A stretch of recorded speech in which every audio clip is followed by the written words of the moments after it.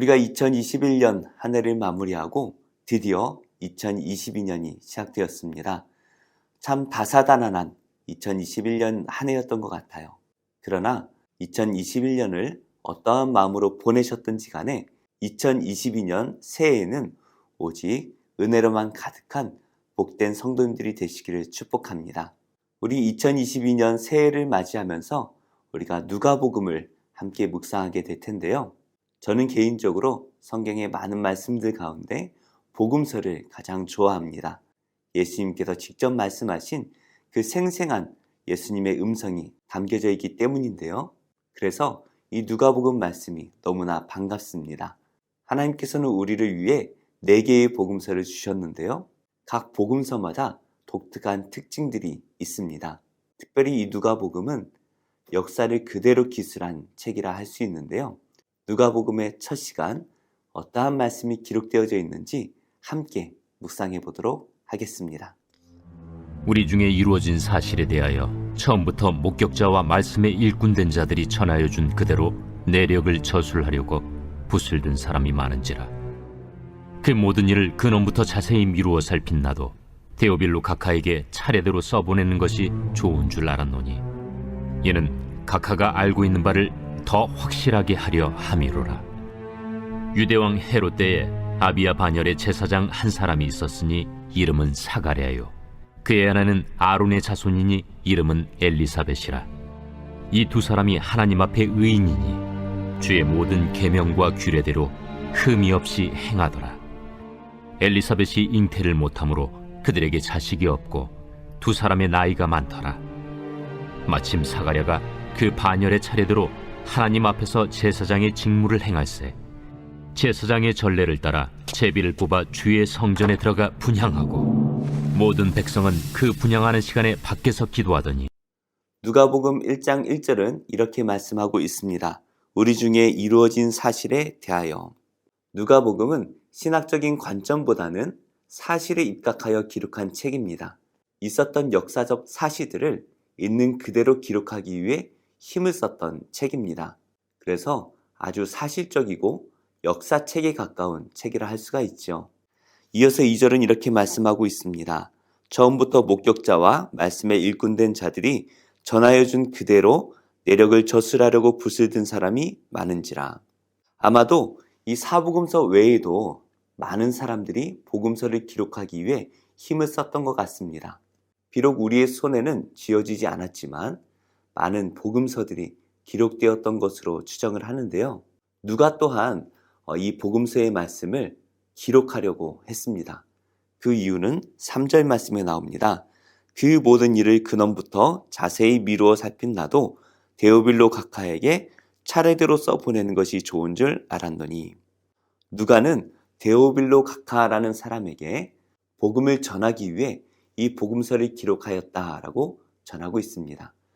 누가는 바울에게 매우 중요한 동력자였습니다. 그러다 보니 사도들과 함께 할 수 있는 시간들이 많았을 것이고 예수님의 제자들과 많은 교제를 나누었을 것입니다. 그러다 보니까 예수님에 관한 많은 정보들을 사실적으로 많이 듣게 되었을 것 같아요. 특별히 의사라는 직업의 특징대로 역사적 사실들을 사실적으로 그리고 객관적으로 그리고 분석적으로 정리해서 이 누가복음을 기록했던 것 같습니다. 특별히 누가복음은 데오빌로 각하에게 기록했다고 하는데요. 4절 말씀입니다. 이는 각하가 알고 있는 바를 더 확실하게 하려 함이로다. 누가는 이 누가복음의 기록 목적을 데오빌로 각하에게 복음을 전하기 위해서다라고 말하고 특별히 이 데오빌로 각하가 알고 있는 바를 더 확실하게 하기 위함이다 라고 기록하고 있죠. 이미 알고 있던 그 사실들을 확실하게 믿도록 하기 위해서 이 누가복음을 기록했다라는 것입니다. 그래서 누가가 이 누가복음을 기록한 것은 데오빌로 각하에게 복음의 사실을 그대로 전하여 주고 데오빌로 각하가 알고 있던 그 예수님에 관한 사실들을 더욱더 믿게 하기 위하여서 이 책을 기록하였다라는 것입니다. 그래서 우리가 이 복음서를 읽으면 읽을수록 우리는 예수님에 대해서 더 큰 믿음을 가질 수가 있는 것이죠. 분명히 복음서는 역사책입니다. 그러나 이 책을 읽으면 읽을수록 역사 속에 계시던 예수님이 아니라 바로 나의 예수님이 되어지는 것입니다. 그래서 우리는 하나님의 말씀을 계속해서 가까이 하고 묵상해야 되는 것이죠. 이렇게 예수님에 관한 역사적인 사실을 기록하기 위해서 누가는 세례 요한의 때부터 이 말씀을 시작하는데요. 세례 요한이 태어난 배경부터 시작을 합니다. 세례 요한은 예수님의 사역을 준비한 사람이죠. 그래서 예수님에 대해서 우리가 알기 위해서는 세례 요한부터 우리가 알아야 하는 것입니다. 5절 말씀을 보실까요? 유대왕 헤롯 때에 아비야 반열의 제사장 한 사람이 있었으니 이름은 사가랴요. 그의 아내는 아론의 자손이니 이름은 엘리사벳이라. 유대 땅을 헤롯이 다스리고 있던 때입니다. 이때에 아비야 반열에 한 제사장이 있었다라는 말씀으로 시작을 하네요. 하나님께서 모세를 통하여서 아론의 자손들을 제사장으로 삼으셨습니다. 그런데 이 제사장의 인구가 점점 늘어나서 다윗 때에 이르면 너무나 많은 제사장이 있었던 것이죠. 그래서 다윗은 이 제사장들을 24개 조로 나누었습니다. 이것을 오늘 말씀에서 반열이라고 기록하고 있는데요. 아비야 반열은 그 24개 중에 8번째 반열에 속합니다. 세례 요한의 아버지였던 사가랴는 바로 이 8번째 반열이었던 아비야 반열에 속한 사람이었고, 세례 요한의 어머니는 아론의 자손 엘리사벳이었습니다. 그런데 이 사가랴와 엘리사벳에 대해서 성경은 이렇게 기록하고 있습니다. 6절입니다. 이 두 사람이 하나님 앞에 의인이니 주의 모든 계명과 규례대로 흠이 없이 행하더라. 사가랴와 엘리사벳 모두 하나님 앞에서 의로운 자였다라고 말씀을 하고 있죠. 예수님께서 태어나시기 전이었습니다. 그래서 아직은 구약의 시대였습니다. 우리가 알고 있는 세례 요한은 구약의 마지막 선지자다라고 우리가 이해할 수가 있는데요. 그러다 보니 이 당시의 의인이라는 것은 하나님의 계명과 규례를 열심히 지키는 그 사람을 의인이라고 할 수가 있죠. 이렇게 사가랴와 엘리사벳은 하나님을 사랑함으로 의로운 자로 살았습니다. 그런데 의로운 자라면 마땅히 복을 받으며 살아야 했을 것입니다. 그런데 성경은 이렇게 말씀을 하고 있습니다. 7절입니다. 엘리사벳이 잉태를 못하므로 그들에게 자식이 없고 두 사람의 나이가 많더라. 이 당시에 잉태를 하지 못한다라는 것은 여인으로서 가장 큰 수치일 수밖에 없습니다. 이것은 평생의 고난이었고 어떤 이들은 저주를 받았기 때문이다라고 비난하기까지 했지요. 하나님께서 이들을 의인이라고 말씀하셨지만 이 의인에게 고난이 찾아왔습니다. 우리가 어제까지 묵상하였던 욥과 같은 상황이죠. 의로운 자가 고난을 받습니다. 그런데 의인이 받는 고난은 저주가 아닙니다. 의인이 받는 고난은 하나님의 큰 계획이 있다라는 것이죠. 하나님께서는 사가랴와 엘리사벳이라는 이 두 의인의 고난을 통하여서 무엇을 계획하고 계실까요? 8절입니다. 마침 사가랴가 그 반열의 차례대로 하나님 앞에서 제사장의 직무를 행할세. 아까 말씀드린 대로 제사장은 24개 조로 나누어졌습니다. 그래서 일주일에 한 반열씩 성전을 봉사하게 되는데요. 그러다 보니 1년에 한 2번, 많으면 3차례의 봉사 기회가 있을 것입니다. 이때마다 각 제사장들은 어떠한 일들을 할지 제비를 뽑아 결정하였는데요. 이번에 사가랴는 하나님의 제단에 분향을 하는 그 귀한 일을 담당하게 되었습니다. 하나님께서는 하나님의 성전에 분향을 함으로써 향기로운 향기가 성전을 가득 채우도록 말씀을 하셨는데요. 그래서 이 향기는 24시간 365일 사라지지 않아야 했습니다. 이것이 꺼지지 않도록 제사장이 성전을 잘 관리해야만 했습니다. 근데 요한계시록에 보면 천사가 금향로를 하나님 앞에 가져옵니다. 그런데 이 금향로에서 향기로운 향기가 성도들의 기도와 함께 하나님 앞으로 올라가는 것을 보게 되죠. 하나님 앞에서 향기로운 향기라는 것은 바로 성도들의 기도라는 것입니다. 우리는 성령님께서 거하시는 성전입니다. 그래서 우리 안에서 하나님께 기도가 끊이지 않아야 되는 것이죠. 기도라는 것이 꼭 우리가 간구하는 것만을 의미하지 않습니다. 우리가 하나님께 예배를 드리는 것도 기도이고 하나님께 찬양을 드리는 것도 기도입니다. 우리는 항상 기도함으로써 하나님께 향기로운 향기를 올려드려야 합니다. 그래서 10절 말씀해 보시면 모든 백성은 그 분향하는 시간에 밖에서 기도하더니 하나님께 향기로운 향기를 드릴 때에 백성들은 밖에 서서 하나님께서 그 향기를 기뻐 받으시기를 함께 기도하고 있는 것입니다. 이렇게 누가복음이 시작되었습니다. 누가복음은 하나님을 믿는 성도들이 이 책을 읽음으로써 예수님에 대한 확실한 믿음을 갖기를 바라는 마음으로 기록한 책입니다. 그래서 우리는 늘 말씀을 묵상해야 합니다. 우리가 아침 묵상, 이 큐티를 통해서 하나님을 묵상해야 되고 성도라면 1년에 1독 정도는 해야 될 것 같아요. 그래서 아침 묵상이 끝나면 이어지는 맥체인 성경 읽기와 함께 하나님을 깊이 묵상했으면 좋겠습니다. 더불어서 우리는 성령님께서 거하시는 거룩한 성전이라는 사실을 기억해야 됩니다. 그래서 우리는 늘 기도해야 되는 것이죠. 말씀과 기도, 이것은 성도가 성도답게 세워지는 경건 생활의 기초입니다. 말씀과 기도로 경건으로 세워지는 2022년 새해가 되셨으면 좋겠습니다.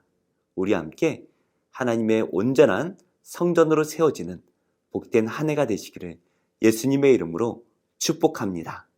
밤이나 낮이나 어제나 오늘도 영원히 주만 찬양해. 괴롭고 슬플 때 낭만하여 넘어져도 언제나 주만 찬양하겠네. 창세기 제1장. 태초에 하나님이 천지를 창조하시니라. 땅이 혼돈하고 공허하며 흑암이 깊음 위에 있고 하나님의 영은 수면 위에 운행하시니라. 하나님이 이르시되 빛이 있으라. 하시니 빛이 있었고 빛이 하나님이 보시기에 좋았더라. 하나님이 빛과 어둠을 나누사 하나님이 빛을 낮이라 부르시고 어둠을 밤이라 부르시니라. 저녁이 되고 아침이 되니 이는 첫째 날이니라. 하나님이 이르시되 물 가운데 궁창이 있어 물과 물로 나뉘라. 하나님이 궁창을 만드사 궁창 아래의 물과 궁창 위의 물로 나뉘게 하시니 그대로 되니라. 하나님이 궁창을 하늘이라 부르시니라.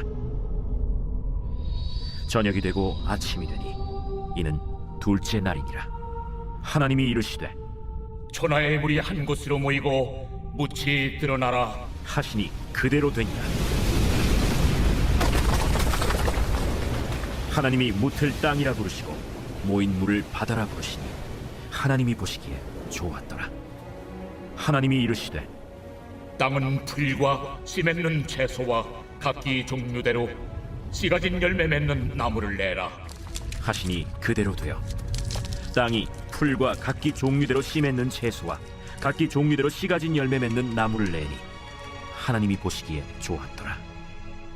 저녁이 되고 아침이 되니 이는 셋째 날이니라. 하나님이 이르시되 하늘의 궁창에 광명체들이 있어 낮과 밤을 나뉘게 하고 그것들로 징조와 계절과 날과 해를 이루게 하라. 또 광명체들이 하늘의 궁창에 있어 땅을 비추라. 하시니 그대로 되니라.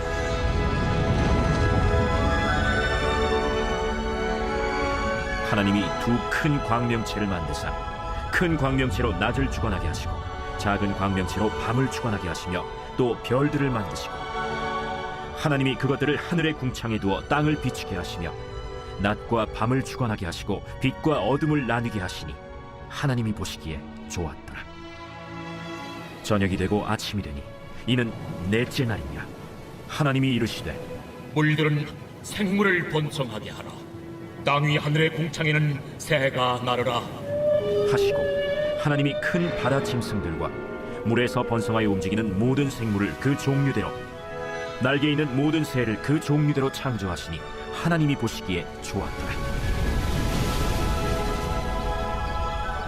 하나님이 그들에게 복을 주시며 이르시되 생육하고 번성하여 여러 바닷물에 충만하라. 새들도 땅에 번성하라.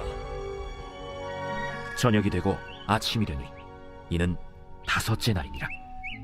하나님이 이르시되 땅은 생물을 그 종류대로 내되 가축과 기는 것과 땅의 짐승을 종류대로 내라. 하시니 그대로 되니라. 하나님이 땅의 짐승을 그 종류대로 가축을 그 종류대로 땅에 기는 모든 것을 그 종류대로 만드시니 하나님이 보시기에 좋았더라. 하나님이 이르시되 우리의 형상을 따라 우리의 모양대로 우리가 사람을 만들고 그들로 바다의 물고기와 하늘의 새와 가축과 온 땅과 땅에 기는 모든 것을 다스리게 하자. 하나님이 자기 형상 곧 하나님의 형상대로 사람을 창조하시되 남자와 여자를 창조하시고 하나님이 그들에게 복을 주시며 하나님이 그들에게 이르시되 생육하고 번성하여 땅에 충만하라. 땅을 정복하라. 바다의 물고기와 하늘의 새와 땅에 움직이는 모든 생물을 다스리라.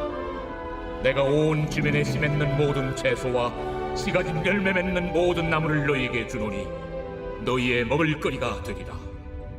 또 땅의 모든 짐승과 하늘의 모든 새와 생명이 있어 땅에 기는 모든 것에게는 내가 모든 푸른 풀을 먹을거리로 주노라. 하시니 그대로 되니라. 하나님이 지으신 그 모든 것을 보시니 보시기에 심히 좋았더라. 저녁이 되고 아침이 되니 이는 여섯째 날이니라. 마태복음 제1장. 아브라함과 다윗의 자손 예수 그리스도의 계보라.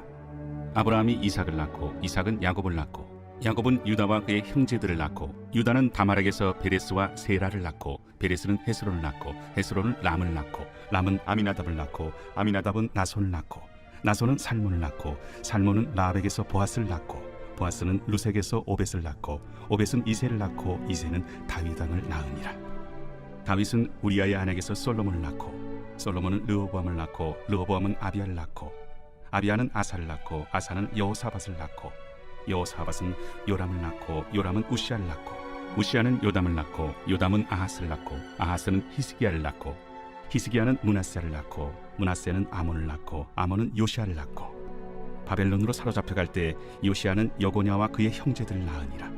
바벨론으로 사로잡혀간 후에 여고냐는 스알드엘을 낳고 스알드엘은 스룹바벨을 낳고 스룹바벨은 아비웃을 낳고 아비웃은 엘리야김을 낳고 엘리야김은 아소를 낳고 아소르는 사독을 낳고 사독은 아킴을 낳고 아킴은 엘리웃을 낳고 엘리웃은 엘르아사를 낳고 엘르아사는 마따를 낳고 마따는 야곱을 낳고 야곱은 마리아의 남편 요셉을 낳았으니 마리아에게서 그리스도라 칭하는 예수가 나시니라. 그런즉 모든 대수가 아브라함부터 다윗까지 14대요 다윗부터 바벨론으로 사로잡혀갈 때까지 14대요 바벨론으로 사로잡혀간 후부터 그리스도까지 14대더라. 예수 그리스도의 나심은 이러하니라. 그의 어머니 마리아가 요셉과 약혼하고 동거하기 전에 성령으로 잉태된 것이 나타났더니 그의 남편 요셉은 의로운 사람이라 그를 드러내지 아니하고 가만히 끊고자 하여 이 일을 생각할 때에 주의 사자가 현몽하여 이르되 다윗의 자손 요셉아, 내 아내 마리아 데려오기를 무서워하지 말라. 그에게 잉태된 자는 성령으로 된 것이라. 아들을 낳으리니 이름을 예수라 하라. 이는 그가 자기 백성을 그들의 죄에서 구원할 자이심이라. 이 모든 일이 된 것은 주께서 선지자로 하신 말씀을 이루려 하시니니 이르시되 보라, 처녀가 잉태하여 아들을 낳을 것이요 그의 이름은 임마누엘이라 하리라.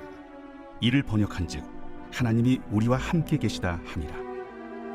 요셉이 잠에서 깨어 일어나 주의 사자의 분부대로 행하여 그의 아내를 데려왔으나 아들을 낳기까지 동침하지 아니하더니 나음에 이름을 예수라 하니라. 에스라 제1장. 바사왕 고레스 원년에 여호와께서 예레미야의 입을 통하여 하신 말씀을 이루게 하시려고 바사왕 고레스의 마음을 감동시키시매 그가 온 나라에 공포도 하고 조서도 내려 이르되 바사왕 고레스는 말하노니 하늘의 하나님 여호와께서 세상 모든 나라를 내게 주셨고 나에게 명령하사 유다 예루살렘의 성전을 건축하라 하셨나니 이스라엘의 하나님은 참 신이시라. 너희 중에 그의 백성된 자는 다 유다 예루살렘으로 올라가서 이스라엘의 하나님 여호와의 성전을 건축하라. 그는 예루살렘에 계신 하나님이시라. 그 남아있는 백성이 어느 곳에 머물러 살든지 그곳 사람들이 마땅히 은과 금과 그 밖의 물건과 짐승으로 도와주고 그 외에도 예루살렘에 세울 하나님의 성전을 위하여 예물을 기쁘게 드릴지니라. 이에 유다와 베냐민 족장들과 제사장들과 레위 사람들과 그 마음이 하나님께 감동을 받고 올라가서 예루살렘에 여호와의 성전을 건축하고자 하는 자가 다 일어나니 그 사면 사람들이 은그릇과 금과 물품들과 짐승과 보물로 돕고 그 외에도 예물을 기쁘게 드렸더라. 고레스 왕이 또 여호와의 성전 그릇을 꺼내니 옛적에 느부갓네살이 예루살렘에서 옮겨다가 자기 신들의 신당에 두었던 것이라. 바사왕 고레스가 창고지기 미드르닷에게 명령하여 그 그릇들을 꺼내어 세워서 유다 총독 세스바살에게 넘겨주니 그 수는 금 접시가 30개요 은 접시가 1000개요 칼이 29개요 금 대접이 30개요 그보다 못한 은 대접이 410개요 그 밖의 그릇이 1000개이니 금은 그릇이 모두 5400개라. 사로잡힌 자를 바벨론에서 예루살렘으로 데리고 갈 때 세스바살이 그 그릇들을 다 가지고 갔더라. 사도행전 제1장. 데오빌로여, 내가 먼저 쓴 글에는 무릇 예수께서 행하시며 가르치시기를 시작하신부터 그가 택하신 사도들에게 성령으로 명하시고 승천하신 날까지의 일을 기록하였노라. 그가 고난받으신 후에 또한 그들에게 확실한 많은 증거로 친히 살아계심을 나타내사 40일 동안 그들에게 보이시며 하나님 나라의 일을 말씀하시니라. 사도와 함께 모이사 그들에게 분부하여 이르시되 예루살렘을 떠나지 말고 내게서 들은 바 아버지께서 약속하신 것을 기다리라. 요한은 물로 세례를 베풀었으나 너희는 몇 날이 못 되어 성령으로 세례를 받으리라. 그들이 모였을 때 예수께 여쭈어 이르되 주께서 이스라엘 나라를 회복하심이 이때니이까? 때와 시기는 아버지께서 자기의 권한에 두셨으니 너희가 알 바 아니요 오직 성령이 너희에게 임하시면 너희가 권능을 받고 예루살렘과 온 유대와 사마리아와 땅 끝까지 이르러 내 증인이 되리라. 이 말씀을 마치시고 그들이 보는데 올려져 가시니 구름이 그를 가리어 보이지 않게 하더라. 올라가실 때 제자들이 자세히 하늘을 쳐다보고 있는데 흰옷 입은 두 사람이 그들 곁에 서서 갈릴리 사람들아, 어찌하여 서서 하늘을 쳐다보느냐? 너희 가운데서 하늘로 올려지시니 예수는 하늘로 가심을 본 그대로 오시리라. 제자들이 감람원이라 하는 산으로부터 예루살렘에 돌아오니 이 산은 예루살렘에서 가까워 안식일에 가기에 알맞은 길이라. 들어가 그들이 유하는 다락방으로 올라가니 베드로, 요한, 야고보, 안드레와 빌립, 도마와 바돌로메, 마테와 및 알페오의 아들 야고보, 셀롯인 시몬, 야고보의 아들 유다가 다 거기 있어 여자들과 예수의 어머니 마리아와 예수의 아우들과 더불어 마음을 같이하여 오로지 기도에 힘쓰더라. 모인 무리의 수가 약 120명이나 되더라. 그때 베드로가 그 형제들 가운데 일어서서 형제들아, 성령이 다윗의 입을 통하여 예수 잡는 자들의 길잡이가 된 유다를 가리켜 미리 말씀하신 성경이 응하였으니 마땅하도다. 이 사람은 본래 우리 수 가운데 참여하여 이 직무의 한 부분을 맡았던 자라. 이 사람이 불의의 사고로 밭을 사고 후에 몸이 곤두박질하여 배가 터져 창자가 다 흘러나온지라. 이 일이 예루살렘에 사는 모든 사람에게 알려져 그들의 말로는 그 밭을 아겔다마라 하니 이는 피밭이라는 뜻이라. 시편에 기록하였으되 그의 거처를 황폐하게 하시며 거기 거하는 자가 없게 하소서. 그의 직분을 타인이 취하게 하소서. 이러함으로 요한의 세례로부터 우리 가운데서 올려져 가신 날까지 주 예수께서 우리 가운데 출입하실 때에 항상 우리와 함께 다니던 사람 중에 하나를 세워 우리와 더불어 예수께서 부활하심을 증언할 사람이 되게 하여야 하리라. 그들이 두 사람을 내세우니 하나는 바사바라고도 하고 별명은 유스도라고도 하는 요셉이요 하나는 마띠아라. 그들이 기도하여 이르되 무사람의 마음을 아시는 주여, 이 두 사람 중에 누가 주님께 택하신 바 되어 봉사와 및 사도의 직무를 대신할 자인지를 보이시옵소서. 유다는 이 직무를 버리고 제 곳으로 갔나이다. 제비 뽑아 마띠아를 얻으니 그가 11사도의 수에 들어가니라.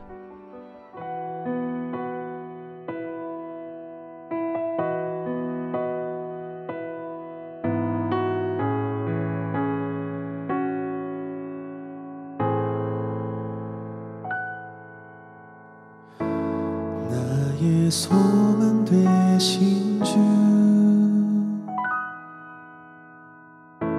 주를 바라봅니다. 다시 오실 나의 왕 예수, 주를 기다립니다.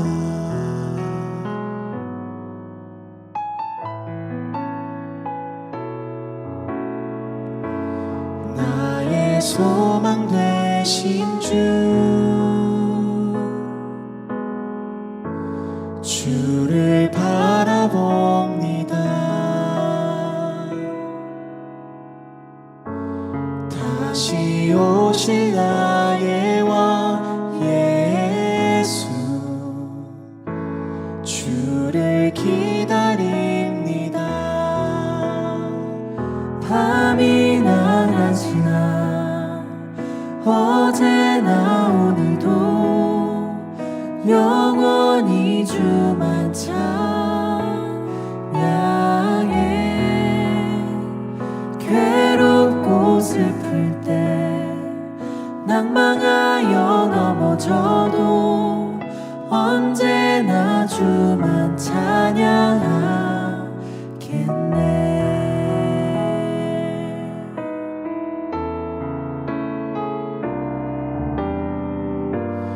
나의 소망 되신 주를 바라봅니다. 다시 오실 나의 왕 예수, 주를 기다립니다. 밤이나 낮이나 어제나 오늘도 영원히 주만 찬양해. 괴롭고 슬플 때 낭만하여 넘어져도 언제나 주만 찬양하겠네. 밤이나 낮이나 어제나 오늘도 영원히 주만 찬양해.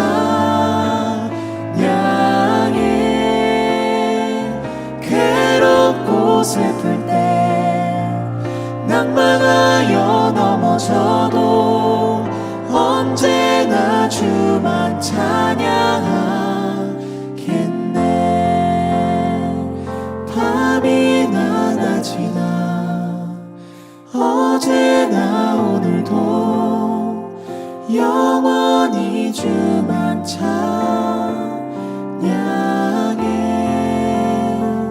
괴롭고 슬플 때 낭망하여 넘어져도 언제나 주만 찬양하겠네.